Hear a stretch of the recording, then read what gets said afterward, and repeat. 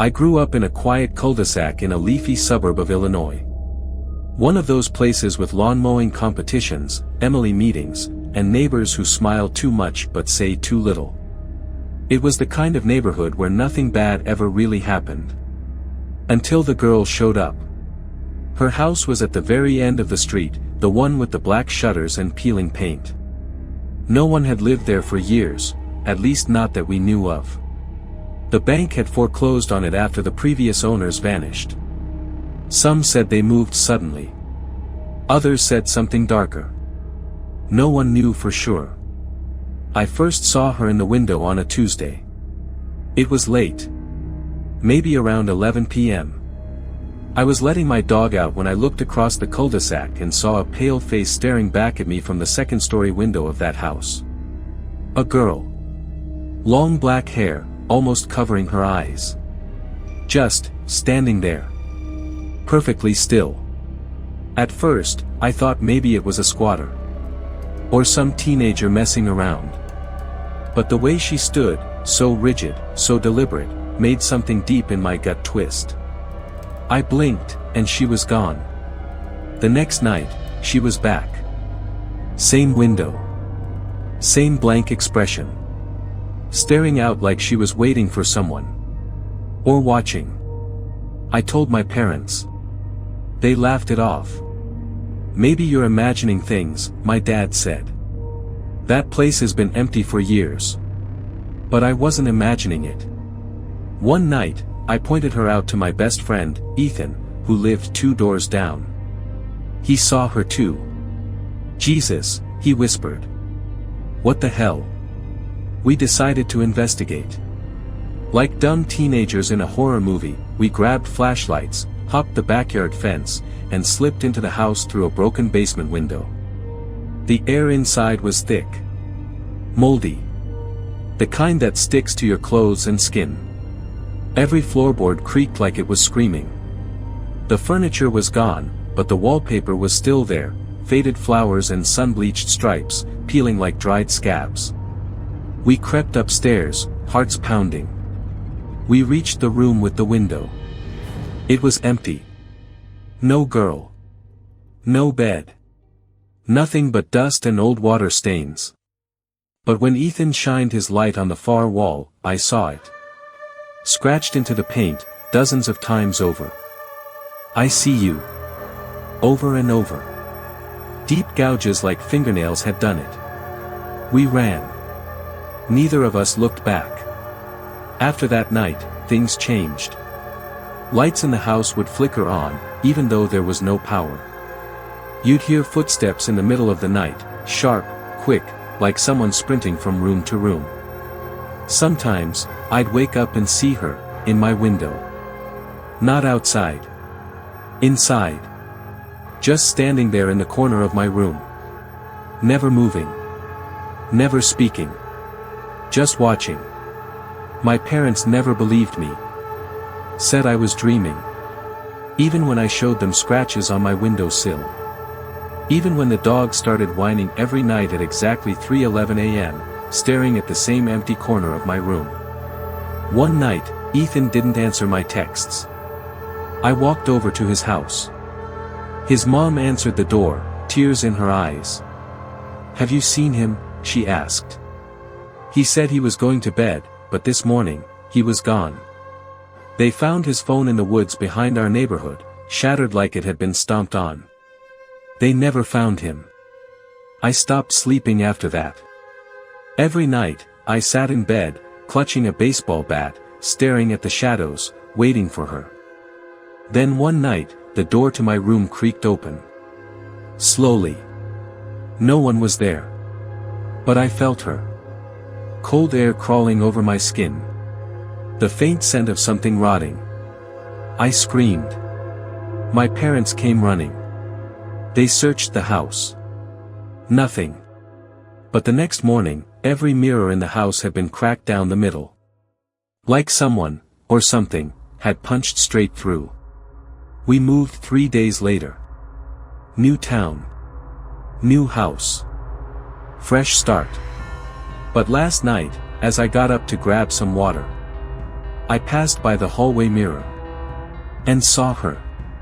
Behind me. Same blank stare. Same black hair. Standing just over my shoulder. When I turned around, nothing. But this morning, scratched into the inside of my closet door. You brought me with you.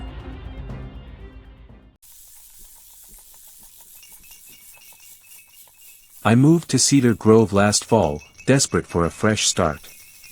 After years of city noise and crowded streets, the idea of wide open spaces and quiet suburban life was a promise I couldn't resist. Cedar Grove seemed perfect, tree-lined streets, friendly neighbors, and a house tucked just at the edge of thick woods. The kind of place where you lock your doors but hardly worry about it. But sometimes, even the quietest places have the darkest secrets. On my very first night, I was jolted awake by a faint sound drifting through the cracked window of my bedroom. It was soft at first, a whisper, almost indistinguishable from the rustling of the pine needles outside. I told myself it was the wind playing tricks. That's all it could be. But as the nights wore on, that whisper didn't fade. It grew louder. Clearer. Like someone speaking just beyond the reach of understanding. I asked my neighbors if they'd heard it. They exchanged uneasy glances, then shrugged. "Oh, those are just the old trees," Mrs. Larson said, an elderly woman who lived 2 doors down. "The wind gets caught up in the branches. Sometimes it sounds like voices. Happens every fall." I wasn't convinced. I started spending more time by the edge of my backyard, staring into the dark tangle of pine trunks and shadows. The air was always colder there, chilly enough to make the hairs on the back of my neck stand on end. One night, unable to bear the restless energy, I stepped outside. The full moon hung high, spilling silver light over the yard and casting long, skeletal shadows from the towering pines. The whispering was louder now, a tangled murmur wrapping around the air. "Come closer." The word sent a shiver through me. I hesitated, heart pounding, before I found my feet moving forward without permission. Between the trees, a figure materialized. She was pale, almost translucent, her long black hair hanging like a curtain over her face. Her eyes were empty pits of darkness, and her smile was brittle and cold. "Help me," she whispered. Her voice was like dry leaves scraping the forest floor. I wanted to scream or run, but my feet felt nailed to the ground. She pointed deeper into the woods, a beckoning gesture. Despite every instinct yelling at me to turn and flee, I followed. The cold grew worse. The silence around us thickened until all I could hear was the crunch of my boots on the pine needles. Suddenly, my foot caught on something soft, and I tumbled forward, landing hard on the dirt. I looked up. I was standing at the edge of a shallow grave. The earth was freshly disturbed, loose, like someone had been digging recently. My fingers brushed something cold beneath the surface. I pulled back, heart hammering. "You can set me free," the ghost pleaded. I wanted to believe it was a dream or some trick of the mind. But the fear and urgency in her voice were real. I didn't know how to help, but I knew I couldn't stay. The next morning, I drove into town and scoured the small library's archives for anything about the woods. What I found chilled me to the bone. Over 50 years ago, a young woman named Eleanor disappeared in these very woods. Search parties found no trace of her, no body, no clues. Just a haunting rumor of a tragedy whispered down through generations. I showed the news clippings to my parents that evening. "It's just an old story," my dad said, waving it off. "Folks in small towns love their legends." But I wasn't so sure. That night, the whispering returned, this time louder, almost desperate. I grabbed a flashlight and went back to the grave. The moonlight barely penetrated the thick canopy of pines, making the shadows seem to twitch and writhe. I dug at the loose earth with my hands, fingers raw and trembling. The cold seeped into my bones as I uncovered a rusted metal box, heavy and sealed tight with decades of rust. Inside, I found faded letters, yellowed with age, and a delicate silver locket. The letters were Eleanor's, pleas for help, mentions of a man who'd been stalking her, and a final note begging for forgiveness. The whispers stopped. But the feeling of being watched didn't. For weeks, I felt eyes on me, just beyond the edge of vision, like the woods themselves were alive and waiting. At night, my dog refused to go near the backyard. She'd growl at empty spaces, hackles raised, trembling. One evening, as I sat reading, I caught movement in the corner of my eye. There, just beyond the window, stood Eleanor's ghost, watching. I blinked, and she was gone. I buried the box beneath an ancient oak tree deep in the woods and said a silent prayer. The woods fell silent too. But every so often, when the wind whistles through the pines just right, I still hear a faint whisper, half a plea, half a warning. This happened 2 summers ago. I've told myself 100 times to forget it. But some stories, they don't let you. Not when they change the way you look at people. Not when they leave you wondering if you were ever really safe. At the time, I was still dating Amanda. We'd been together for almost a year, and things were complicated. She was beautiful, distant, sharp. The kind of girl you admired more than you understood. Her family was rich, suburb rich. You know the kind, long driveways, quiet streets, alarms on every window, and secrets buried in the walls. That summer, Amanda was working as a camp counselor in the city. It was weird, honestly. She didn't need the money, and the whole helping kids vibe didn't suit her. But she loved it, said it made her feel real. I didn't get it. I still don't. Toward the end of the summer, Amanda offered to host the staff party at her place. Her parents were out of town, as usual. Always somewhere. Business, retreats, second homes, they were ghosts in their own mansion. The night of the party, the house buzzed with music and people. Laughter spilled through the halls, and bodies filled every room. I stuck close to Amanda, but it didn't take long for Pete to show up.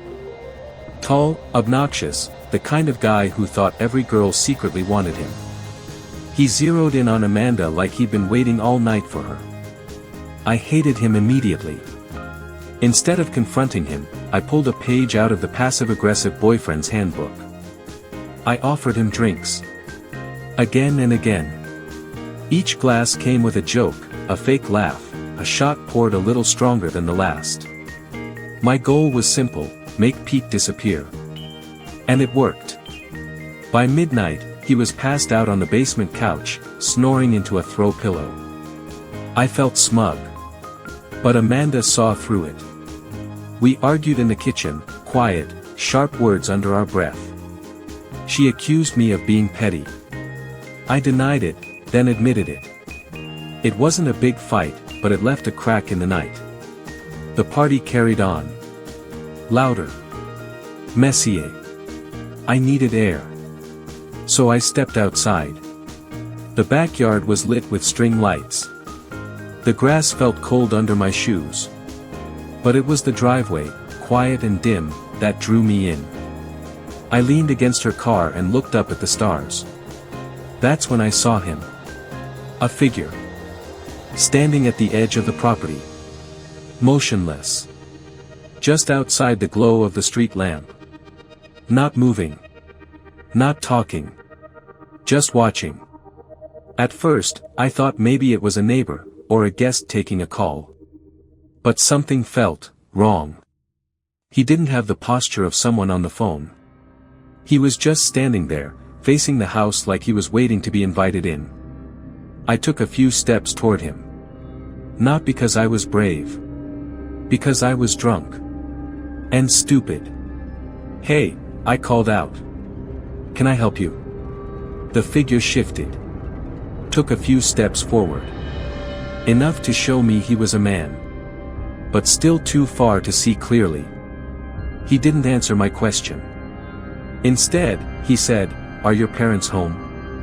It wasn't what he asked, it was how he asked. Like he already knew the answer. Before I could respond, he asked again. Only this time, he said Amanda's parents' names. I froze. I hadn't told him. Nobody had. I lied and said they were inside. He nodded, said okay, and turned. I expected him to head to a car. But he didn't. He walked straight down the street. And disappeared into the dark. I went back inside, heart thumping, but brain trying to rationalize it all. Maybe it was a neighbor. Maybe a confused friend of Amanda's dad. Maybe I was just being paranoid. I ended up in the basement again, smacking a ping-pong ball around with a few other half-drunk survivors. It was quieter down there. Safer. Then, the doorbell rang. It wasn't a big deal at first. People came and went. But something tickled the back of my brain. The front door. Amanda had told everyone to use the back door. The front door was locked. No one should be ringing that bell. I left the game and went upstairs. Past Amanda's room. She was passed out on the bed, mouth slightly open, one shoe still on. I turned off her light and shut the door. The hallway felt wrong. Too still. When I opened the front door, I found Bella standing there. She was drunk.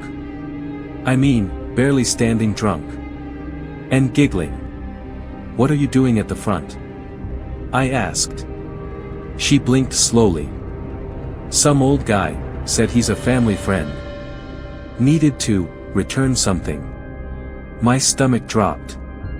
You let him in. She giggled again, shrugged, and walked away.